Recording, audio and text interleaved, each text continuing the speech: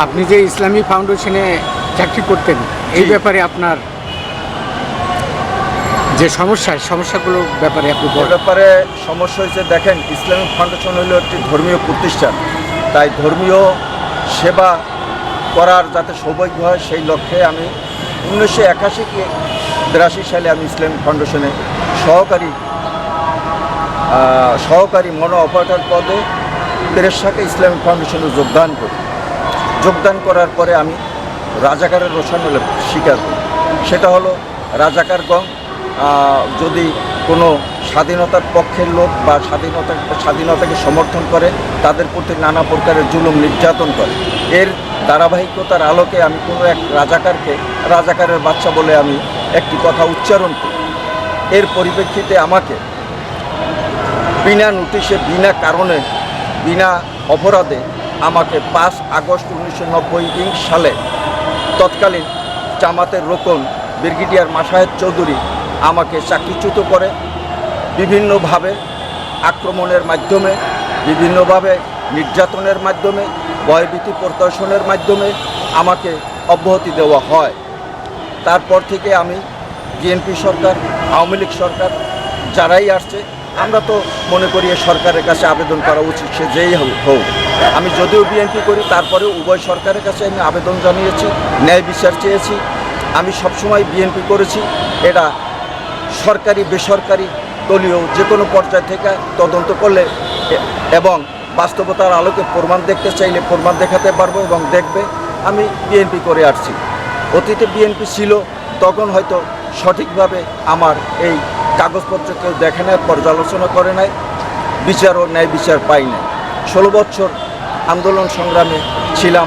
আমি বর্তমানে সাংবাদিক পেশায় নিয়োজিত আছি এবং সেখানে থেকে জাতীয় দায়িত্বের অংশ মনে করে প্রতিটি আন্দোলন সংগ্রামে ছিলাম। স্বৈরাচার বিরোধী বিএনপির রাজনীতিবিদদের পাশেও ছিলাম, দলের পাশেও ছিলাম এবং সাংবাদিক হিসাবে সাংবাদিক নেতৃবৃন্দরা আন্দোলন সংগ্রামের আহ্বান করেছে তাদের পাশেও দাঁড়িয়েছিলাম এবং 4 আগস্ট পর্যন্ত মাঠেই ছিলাম। ঝুঁকিপূর্ণ দায়িত্ব পালন করেছি আপনারা জানেন। এবং ঢাকা সাংবাদিক ইউনিয়নের কার্যালয় আওয়ামী লীগপন্থী সাংবাদিকরা দখল করে নিয়েছিল। সে কার্যালয় অগ্রভাগে থেকে আমি উদ্ধার করায় অবদান রেখেছি। ভালো লেগেছে আমার। ঝুঁকি হলেও, আমার উপরে হামলা হলেও খারাপ লাগে নাই, যেহেতু কার্যালয়টা উদ্ধার করতে পেরেছি এবং আমাদের নেতৃবৃন্দ সহ সাংবাদিকরা বসতে পেরেছে। আমার সে ঝুঁকি সার্থক হয়েছে। আমরা বিশ্বাস করেছিলাম আমাদের নেতারা আমাদেরকে ডেকে কার কি অবস্থান, কার কি প্রয়োজন না প্রয়োজন, এগুলা সুখ দুঃখের কথা আমাদের নেতারা শুনবেন। কিন্তু অত্যন্ত দুঃখজনক হলেও তারা আমাদের কথার গুরুত্ব দেয় নাই বা শুনে নাই, ডাকে নাই। আমরা যেভাবে পারি সেভাবে জীবন জীবিকা নিয়ে এখন ব্যস্ত আছি, সেই জন্য চেষ্টা করতেছি।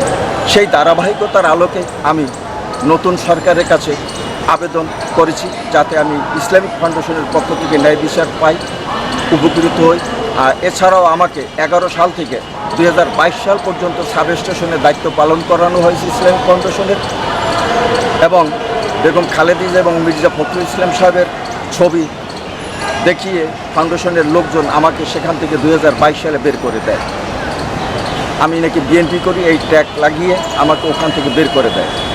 কিন্তু এই 11 বছর যে কাজ করেছি সে বিনিময়ে আমাকে কোনো টাকা পয়সা দেওয়া হয় নাই। যাই হোক, ইসলামিক ফাউন্ডেশন থেকে একটি দোকান বরাদ্দ পাওয়ার জন্য আমি আবেদন করেছি। ইসলামিক ফাউন্ডেশন থেকে অনেকের নামে দোকান বরাদ্দ হয়েছে। ইতিপূর্বে কোনো নিয়মকানুন ছিল না, কোনো আইনকানুন ছিল না। এমনকি কর্মকর্তা কর্মচারী কর্মরত থাকা অবস্থায় তারা দোকান পেয়েছে। আর আমাকে অন্যায়ভাবে চাকরিচ্যুত করা হয়েছে। আমি একটা দোকান চেয়েছিলাম জীবন জীবিকার প্রয়োজনে এবং আমি আমার যাবতীয় সমস্যা উত্থাপন করে মাননীয় ধর্মমন্ত্রী এবং মহাপরিচালক ইসলামিক ফাউন্ডেশনের কাছে একাধিকবার আবেদন জানিয়েছি। আমি জানি না আমার ফাইল কোন কারণে পড়ে আছে। আমি তো কোনো অন্যায়ভাবে আমি কোনো দাবি করি নাই। আমি আমার জীবন জীবিকার প্রয়োজনে হক পথে বেঁচে থাকার জন্য সন্তান